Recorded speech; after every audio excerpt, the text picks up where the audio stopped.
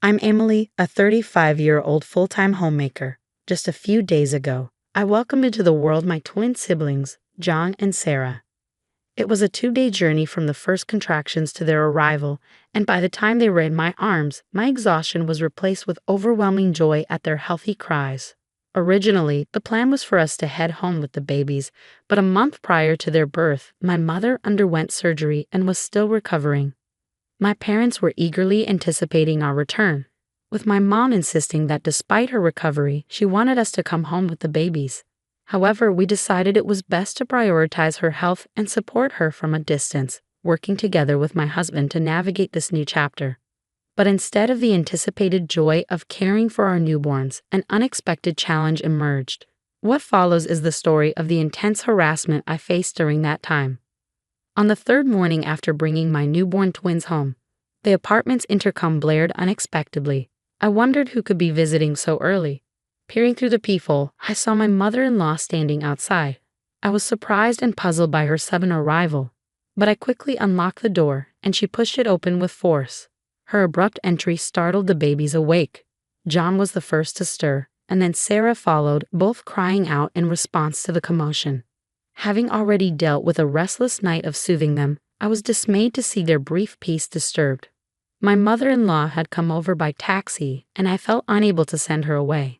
Instead, I made my way to the kitchen to prepare some tea and snacks for her. "Oh my, what a disaster," my mother-in-law exclaimed as she took in the apartment. "I can't believe my son is living in these conditions. Emily, you haven't been neglecting your chores just because you had a baby, have you?" She went around checking for dust, dragging her finger along the windowsills like an overly critical character in a TV drama. "I'm sorry, but they cried so much last night that I barely got any sleep. I'll tidy up once they settle down," I responded, trying to soothe the crying twins. My mother-in-law brushed my hand aside, scooped up the babies, and said, "I'll handle the twins." Sleepless nights are no excuse. If you want to be a good wife, get started on your housework right away. Despite my exhaustion, she insisted I begin the housework immediately. I tried explaining the situation, but my mother-in-law was solely focused on the twins and disregarded my fatigue. Reluctantly, I prepared some formula to hand to her, but she immediately chastised me. "Formula? Any mother would breastfeed. What kind of uncaring parent are you?" Her words struck a nerve, hitting on my deepest insecurity. Although I nearly burst into tears, I composed myself and followed her instructions, starting to clean the room. Though she claimed she would take care of the twins, her efforts were minimal. When their diapers needed changing, she seemed to avoid it and instead called me over for my chores to handle it. My progress with the housework was minimal, leaving me puzzled about her true intentions in visiting. Moreover, for the next 2 months, she made near-daily appearances, offering half-hearted care for the babies while continuing to criticize me. This period became nothing short of a struggle as she constantly complained about me. I longed to discuss things with my husband, but he was always exhausted from his demanding job, leaving me with no chance to connect. Enduring 2 months of snide remarks from my mother-in-law felt like an eternity, so when she announced she wouldn't be visiting anymore, I thought relief was finally in sight. However, her next demand caught me off guard. She extended her hand, expecting payment for 2 months' worth of transportation and childcare assistance. I couldn't believe it. Was she serious? I couldn't hold back my frustration. "What do you mean? I never asked for your help. Your presence here has been anything but helpful.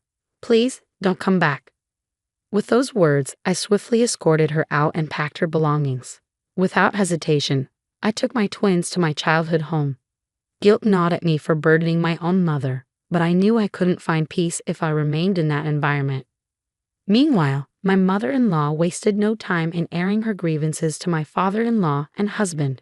She portrayed herself as the victim, claiming I had spoken to her harshly despite her efforts to help. When my husband returned home to find us gone, he was shocked. After hearing my side of the story, his face drained of color, and he stormed off to confront his parents. The following day, my father-in-law, who had only heard one side of the story from my mother-in-law, was visibly shaken when my husband recounted the events. "Oh dear, what have you done?" he asked, his usually calm demeanor replaced with a mask of fury directed at my mother-in-law. It was a rare display of anger from him, one that even my husband had never witnessed before. My husband was speechless, and my mother-in-law appeared flustered. "Why are you so angry? Isn't she the one at fault here?" I made an effort to lighten her childcare load, even covering travel expenses. "Why am I the one being scolded?" she argued. She maintained that she had acted with my well-being in mind and adamantly denied any wrongdoing. "You don't get it at all. Do you even know who your grandfather is?" My father-in-law interjected, his voice trembling with rage. He fixed his gaze on my mother-in-law, his eyes wide with intensity. "Who? You mean that stern-looking elder from the wedding? I remember you being quite deferential to him, but what's the significance?" she scoffed. "Are you seriously intimidated by him?" "No, he's the chairman of my company," my father-in-law clarified. My mother-in-law's response was an inadvertent "what?" It turns out, my grandfather holds a significant position as the chairman of a major corporation. Our wedding had been quite the grand affair, with several CEOs of renowned companies in attendance. While my grandfather is known for his strict demeanor and reserved nature, especially in professional settings, he has always showered me with affection. Whenever we met, he would spoil me with lavish gifts or treat me to extravagant meals. Upon my marriage, I later learned from Grandma that my grandfather had been so overjoyed he shed tears, surprising everyone. Given how much Grandpa cares for me, he would never stay silent if he learned what my mother-in-law had done. Normally, just the thought of his reaction would be enough to make someone nervous, but my father-in-law had another reason to keep this from him. I was on the brink of a major career advancement to a managerial position. This promotion would come with a substantial salary increase, and I needed to focus on doing my best. But instead of considering my situation, he went and created this mess. What were you thinking? At the moment, my father-in-law seemed more concerned with his promotion than with me or my situation. My husband, aware of his father's priorities, was visibly disappointed that his own father appeared to care more about his career than about the twins and me. He said, "I've had enough. I'm deeply disappointed in my dad's self-centeredness and shocked at my mom for mistreating my wife. Please keep out of our lives." Upon hearing her son's rejection, my mother-in-law lunged at him with surprising intensity. "Don't be ridiculous. You're the family's heir. I won't let you walk away from your responsibilities here. I'm going to go talk to Emily and set her straight. She is our daughter-in-law, and she needs to manage the household properly." Upon hearing this, my father-in-law turned to his wife and said, "You aren't seriously thinking about barging into Emily's parents' house, are you? Don't be reckless. It will jeopardize my chances of a promotion. Stay out of it." Hearing his father's words, my husband quietly left his family home. He walked to my parents' house, recounted the events, and apologized for his family's behavior. His expression was one of sadness rather than anger. "I can't believe my parents would behave this way. I'm so sorry." In response to my husband's apology, my parents remained silent. Instead, they simply invited him to join us for dinner since he was there. "Why don't you stay the night, James? Our house is close to your apartment, so you can easily bring a change of clothes." Initially, my husband hesitated at my parents' generosity, but he longed for some quality time with the twins and decided to stay. It had been a while since we could unwind as a family. Watching my husband cuddle our crying twins was a heartwarming sight. When it was time to sleep, my husband and I lay with the twins nestled between us. I wished these peaceful moments could last forever, but I knew my mother-in-law wouldn't remain quiet for long. Deep down, I feared her unexpected arrival, though none of us anticipated just how soon she would reappear. The following day, while my parents were at work, the doorbell at their house rang persistently. I had a sinking feeling about it. Checking the intercom, I was alarmed to see my mother-in-law standing outside, unannounced. "Open up. I know you're in there. Give me back my grandchildren." She continued to bang on the door, repeating her demands. My mother-in-law kept pressing the intercom and pounding on the door, causing the twins to cry so much I felt like I was on the verge of losing it. Then, someone else opened the front door. "Finally, you opened the door. Now, hand over the twins. Wait, who are you?" To her surprise, it wasn't me who answered the door but my grandfather. "How dare you bang on someone's door like that? That's incredibly rude." Whether or not my grandfather was actually upset, he spoke to my mother-in-law with a stern and commanding tone. My mother-in-law looked utterly taken aback, unable to respond to his authoritative presence. "Hold on a second. Are you the chairman my husband has talked about?" My mother-in-law's voice trembled as she asked my grandfather. "Ah, now I recall. Are you James' mother-in-law? I didn't recognize you since you didn't introduce yourself at the wedding. My mother-in-law had been completely opposed to our marriage. She felt as though she was losing her son, whom she had raised with care, and refused to attend the wedding initially. Though those around her convinced her to go, she didn't greet my relatives and instead spent her time in the waiting room with a sullen expression. It's understandable that my grandfather didn't recognize her. Once he realized she was my mother-in-law, his expression grew more formidable as he glared at her while she trembled. I had previously confided in my grandfather about everything I had endured. He likely anticipated my mother-in-law showing up uninvited, which explained why he had been staying with us for a while. In truth, he wanted to spend time with his great-grandchildren, but he hadn't anticipated her arriving so soon. I didn't mean to bother you, Emily. I just wanted to see the twins since you brought them here without telling me.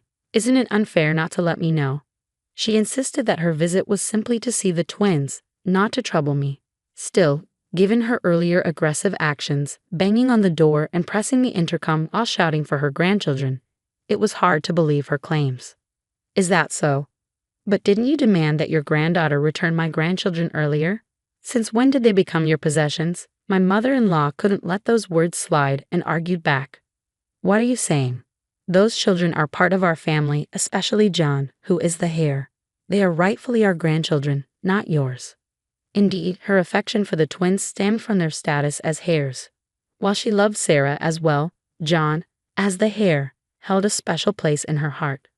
I understand your fondness for the twins, but is it fair to disregard their mother, who is exhausted after giving birth?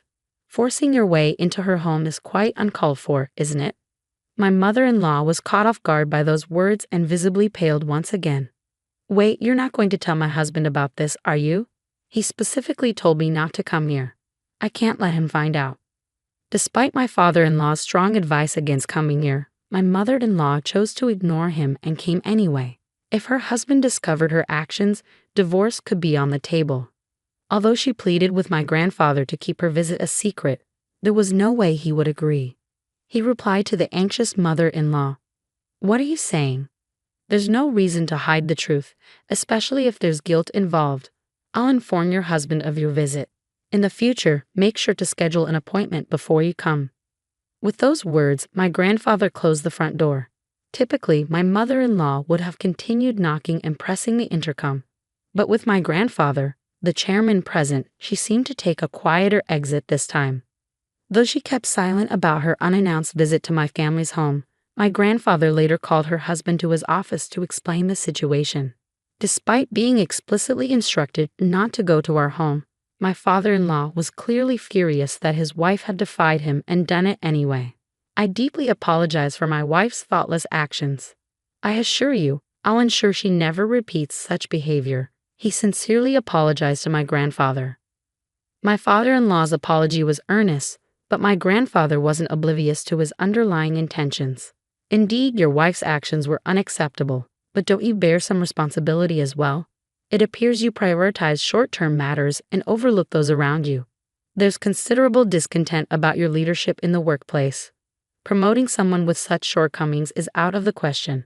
In the end, my father-in-law's promotion was rescinded. Blaming his wife for the missed opportunity, he went home, delivered a harsh lecture, and slammed finalized divorce papers onto the table before packing his bags and leaving. Until then, my mother-in-law had relied solely on my father-in-law's income, so his departure meant she faced an uncertain financial future. She attempted to persuade him to stay, but it was too late. The damage was done, and their relationship was beyond repair. All of this transpired because of that woman. She should never have married my dear James. I can't forgive her. I'll never forgive her. Having lost everything, my mother-in-law flew into a rage and stormed over to my parents' home. She pounded on the door and screamed at the top of her lungs, "I've lost everything because of you. If only you weren't here. Give me back my grandchildren. Give me back James." It was well past 9 p.m. when she began banging on the door and shouting.